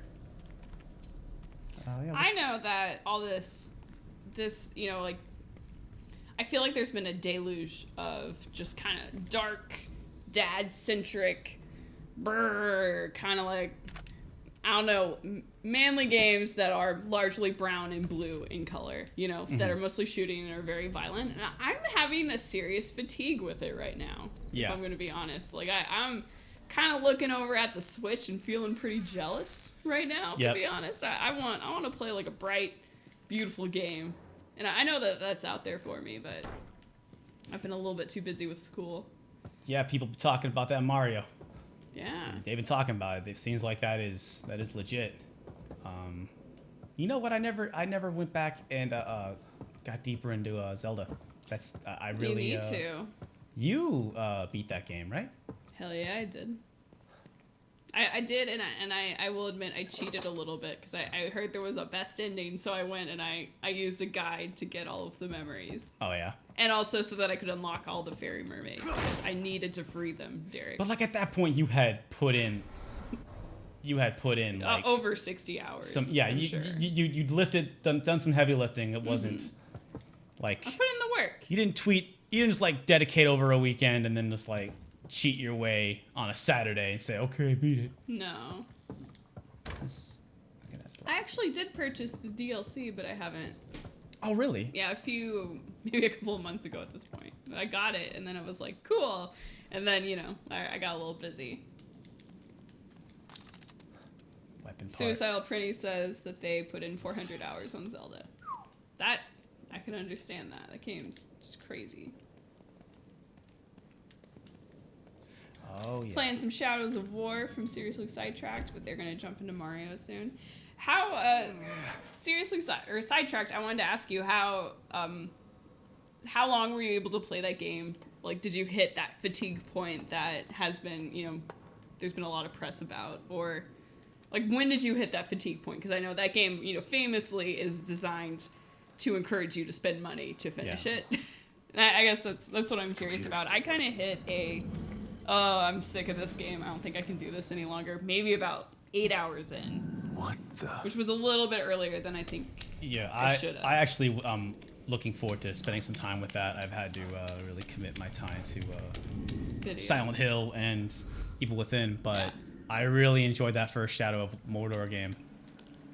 And that looks like a game where you can really... That looks like a great podcast game. Because I've heard the story isn't all that great. And I don't really give a shit about Lord of the Rings. I would probably be cool with ignoring most of that stuff. I just want to loot. I just want to Nemesis grind. System in a non-Lord of the Rings world. Because I'm going to go further with you. I straight up hate Lord of the Rings, just as a property. Mm-hmm. I understand we owe a debt to it. I'm ready to move on. Yeah. And those movies are good. So, and the game is kind of fun because a lot of the things that people criticize Lord of the Rings for, that game does go away from. Like, there's a black person in this game that has a speaking role and isn't a bad guy. So that was cool. There are a lot of women in this game that do things. So that's also kind of fun. I was pleasantly surprised by those two things. And there's slave labor. There's tons of slave labor. Yeah, which I like the conversation. I love slave labor. Derek. I mean, it's very pro slave labor. It's fun having that conversation about this game. It's like, yeah, this game is like weird slavery stuff, but it doesn't really bring that up. It sort of speaks to how it's so hard to bring Lord of the Rings into a modern context, because there is a lot about Lord of the Rings that is like shit, just straight up doesn't hold up with, more like modern sensibilities. Yeah. I guess is one way of putting it. The fact that, I don't know, orcs are sentient beings, and so like within the game, within the story, they're just straight up just like uninteresting, like me evil, me smash kind of bad guys. And so it's kind of fun to like they always were sentient, I believe. Yeah. Orcs within are the book. people too, Yeah. But now in this game kind of like lets them be more sentient, which is fun. But also, kind of disturbing and sad. But also like, yeah, it's a video game. Yeah. Like, maybe it's a little unfair to like put Shadow of War under that microscope, because it's like the problems in that game. They're doing the best with the property that they have, quite frankly. They're bigger. Those are bigger than just that game, Oh, she's still alive. Yes. So actually, we find out that these white knife ladies are not to be fucking trifled with. That's my new metal band name. White Knife Ladies. Yeah. I think this one is easier than the ones I fight later. I think I actually have footage of it, but I ran into one of those, basically the witch from Left 4 Dead, Left Behind, that gave me a lot of fucking trouble, But that's also a good moment of like, she actually never turned her back away from me. So I was like, oh, this game is tutorializing, telling me to stealth her, but she didn't die when I stealth killed her. So it's like, it's letting you know. Yeah, remember that. It's kind of a contrived moment. Like, why would she face the wall and not turn around? Because it's a video game, Yeah. Why is there slave labor in Shadow of War? How come? It's a video game, How come when you dig through the trash can, you like pick up, giant things with your hand and then stuff them into your pocket? Yeah, how are there so many like pieces of weapons? It's like, fun. It doesn't make any sense, but like, it's a video game. Whatever.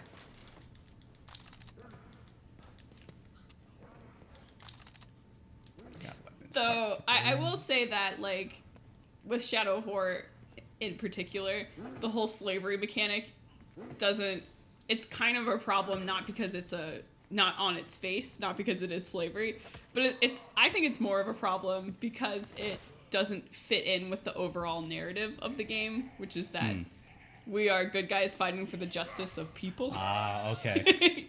Or there's some shenanigans going on in there, but it's also Except for orcs. All men are created equal. Yeah. Until the 1860s roll around. So it's interesting, I think. Yeah. I know there's a undead, actually alive person over there. But Speaking of slavery, though, I think I've talked about this before, but man, I would love to have the Nemesis system within a Pokemon game. Yeah. Well, I mean, and speaking of games where when you really think about the greater implications of the game, Pokemon, talk about slavery and dogfighting, like. But dude, what if they made orcs cuter? That would make it all okay if the orcs were just cute. Audit your privilege there. Are you saying they ain't cute? The orcs? Yeah.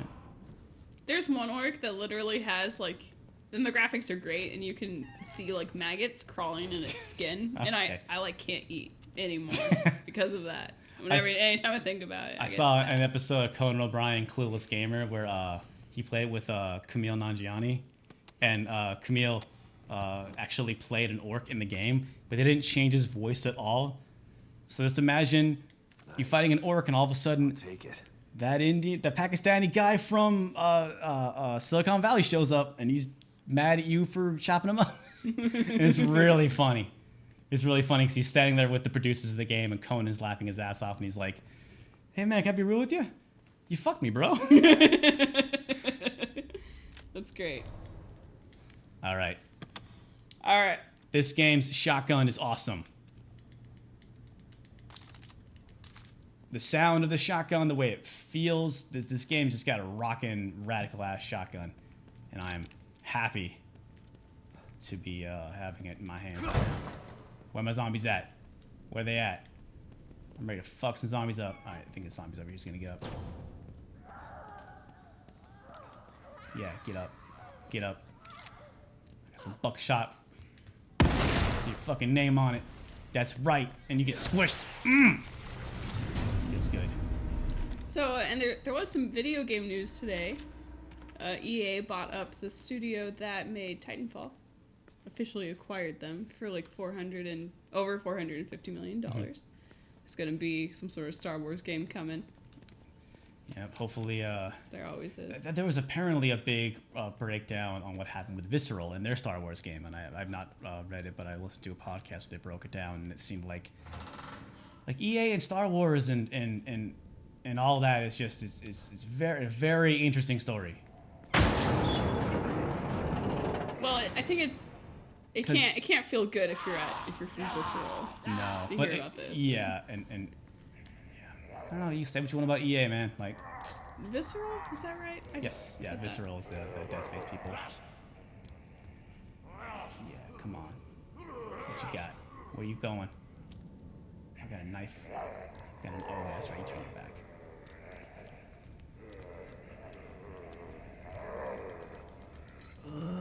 It could be the next studio that EA kills. I would think that they would be careful with that in order to not invite more bad PR upon themselves. But after a certain extent, they just kind of don't give a fuck. EA don't give a shit. If it's not affecting their bottom line, then there's no reason for them to care. And I don't know if it's if. And also, there were some. I think Jason Schreier did a really great piece about that whole closure in Kotaku. There were some external factors, like the fact that studio was based in San Francisco, was kind of having difficulty over a huge period of years, even making a game. Yeah, because that's... So it was the most expensive studio at EA, is what that article says. Which is, Visceral? Yeah, because of the cost of living in San Francisco. So I think there were some external factors. I think that game was struggling, and I don't think I can understand why EA made that decision. Yeah, that's my understanding. Is basically like Visceral was sort of put in a no-win situation after Dead Space 3, even with Dead Space 3, and then they did Battlefield Hardline, which you kind of get the sense that they didn't really want to do, and never really seemed like something that was gonna be a hit anyway. Like, no one asked for that. That sucks.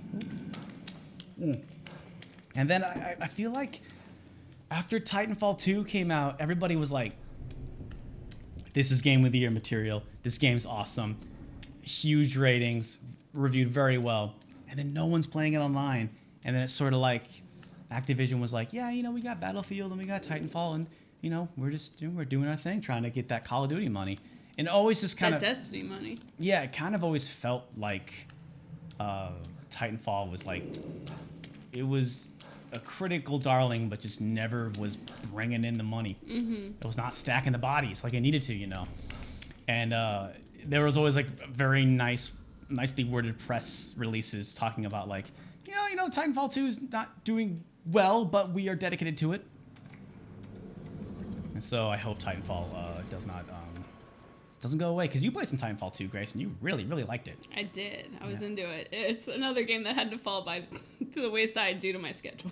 Yeah, we red boxed it, and it was like, okay, well, school's starting up again. So. Man, by the way, I'm so grateful that I live near several red boxes, Yeah. so I can just kind of, you know, now that video rental stores are gone, that's kind of the main way that I check out games is red boxes, and I'm not too confident that Redbox will be around for that much longer. I mean, I have no real reason to think that, but it's a service I'm grateful for, I guess. That's how I'll end that. We do have a question from the chat asking if either of us has played Castlevania Bloodlines. And I have not, because I've only played the best Castlevania game, which is Castlevania Judgment, and also Symphony of the Night. Those are my two Castlevania games. It's true. These are facts. Derek, I'm gonna rank all the Castlevania games based on which one's my favorite. And there's only one Castlevania game, and its name is Judgment. I'm gonna trade that axe for another axe. Boom! Oh, hold on. Switch weapons. Derek, what are you doing? What are you doing? Oh my god, you are so That close. was the slowest punch. Jesus Christ. I shot that motherfucker twice with the shotgun, and she didn't die. So, I know that was like a busy. That was a busy segment. I could have handled that better, but I will say one thing I don't like about this game is that I feel like kind of switching weapons, and even like after you break boxes, it still takes a second before the game allows you to pick up the loot and stuff. And it's like things like that. I feel like I've a couple times I feel like I've gotten hit or died because I was like, no, I'm trying to switch weapons, but I didn't hit it in the imaginary window, so the game did not didn't count it. That's a slight annoyance. Derek, have you played? Just to follow up, have you played Bloodlines at all? Oh yeah, that's the It's on. That's the Genesis for the one, Genesis, right? Yeah. Yeah, I have. Yeah, it's pretty good. I wouldn't say it's Top 3 Castlevania games. No, I think some people would, and I believe those are also maybe are the people that would also say that Contra Hardcore is one of the best Contra games, and I also would not admit to that. But yeah, Bloodlines was all right. Yeah. I don't know. So not your favorite, but still. No, still a I don't good think game. I ever beat it, but you know, it was I own it. It's good. Oh. Rats. So first, all right, here's what I did the first time I played this game. I saw this and I was like, this don't look good. So I threw a bottle at that person to wake them up, and they came at me, and I was like, all right, cool. Which was a smart thing to do, because I came in here. Fucking shuts behind you.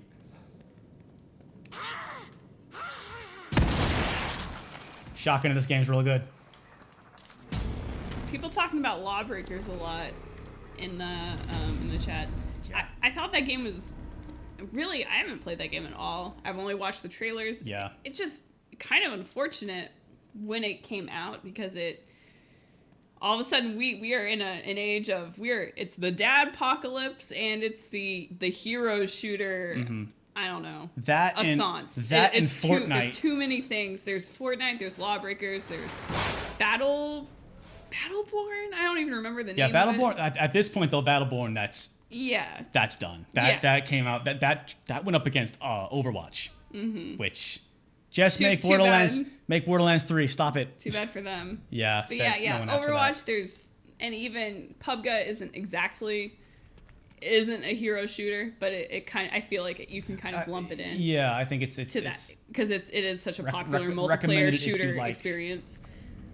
Yeah, it's too bad that, I mean, it's amazing that Fortnite is finding a little bit of a foothold, it seems, which I found surprising. But yeah, Lawbreakers is a game I haven't really thought about since E3, really, like or whenever that trailer came out. Both of those games, I've not given any serious thought to, and I feel like I just don't see headlines for. But it's just you know, that's what happens. You know, trends come and go. You know, the market decides those types of things. So it's like and that's kind of, as I can kind of put myself in the shoes of the people who have to spend like years of their lives, maybe like 2 to 5 years of their life working on something that just kind of like peters out, and that's I kind of feel sad when that happens. Yeah, that was sort of the response to World of Warcraft when WoW came out and was just like printing money. Everybody wanted to get up on that MMO situation, and that just was not a like the market did not couldn't handle it. You know, like the Toys of Life. Basically, I understand like Toys of Life. Like Skylanders, I think is still around, but Disney Infinity's gone, Lego's gone, and it's my understanding that the Lego Toys of Life thing came on, and the market did not get any bigger. Oh, here is my. There's random weapons random pieces of other Bethesda games, and I believe that is a Quake or Doom rocket launcher.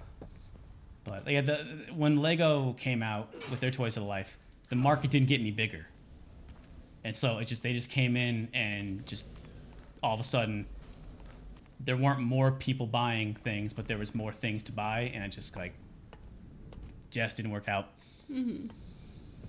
So trends come and go.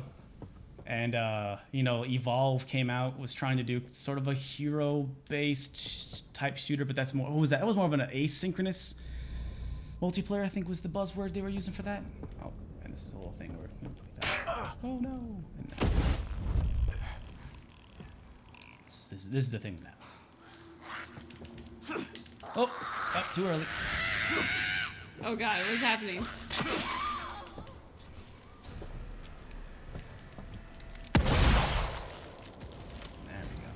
No ammo. Got it.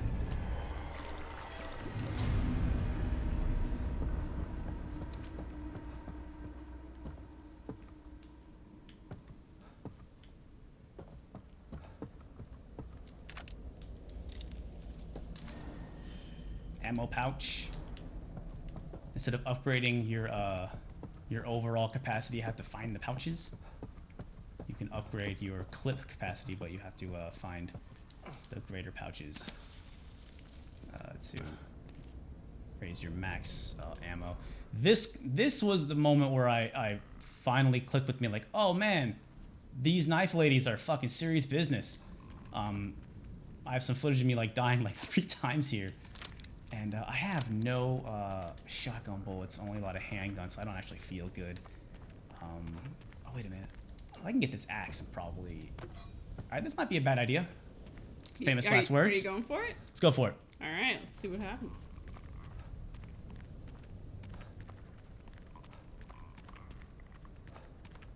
Also, at this point, it probably would be a good time to go back and heal, or an upgrade.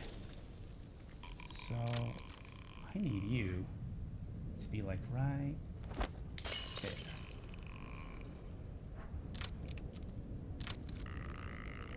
So slow, so painfully slow. And I need you to turn around. Just show me that back of your head so I can shove a knife in it. Uh-oh. Oh, there we go. Yep. Right. Right. This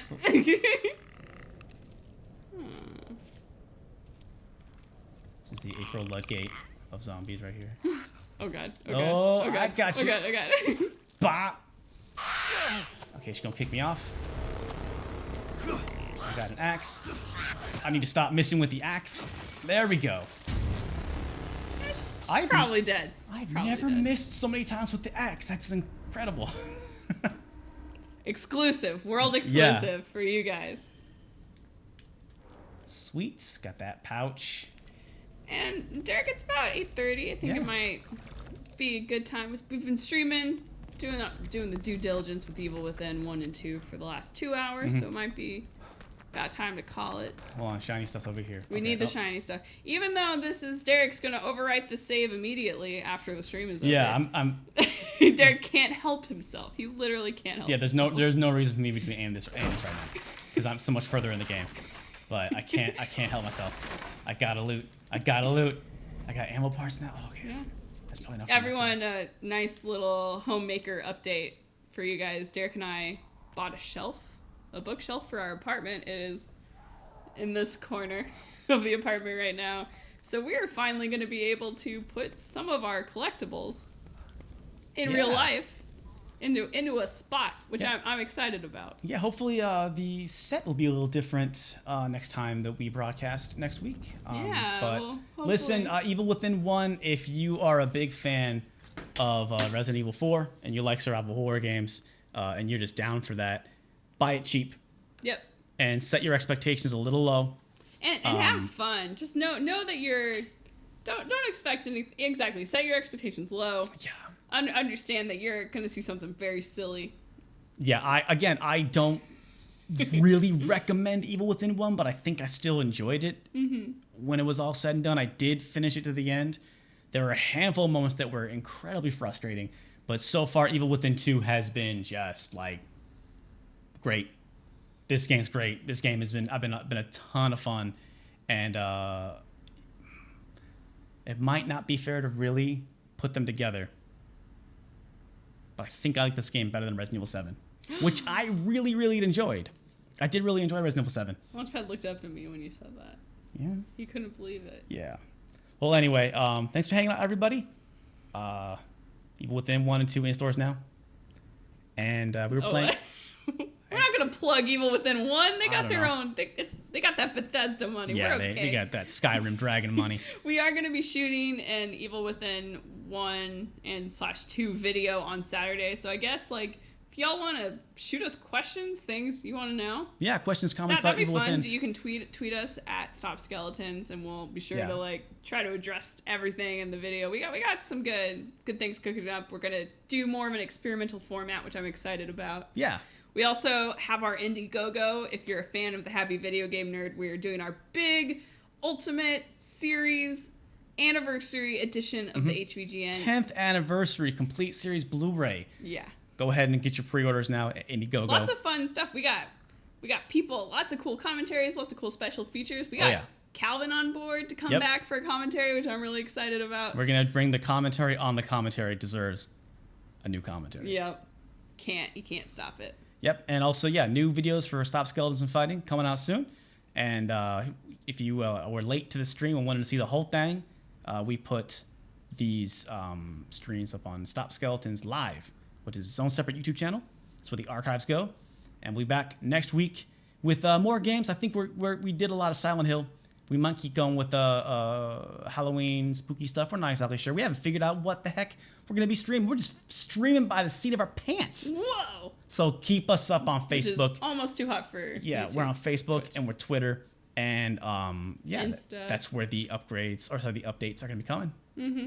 So thanks again for watching. Have a great night. Yep. Take care. Yeah. And we got to get this dog out. This dog is... He needs to go out. Got to empty this dog out. Good night, everyone.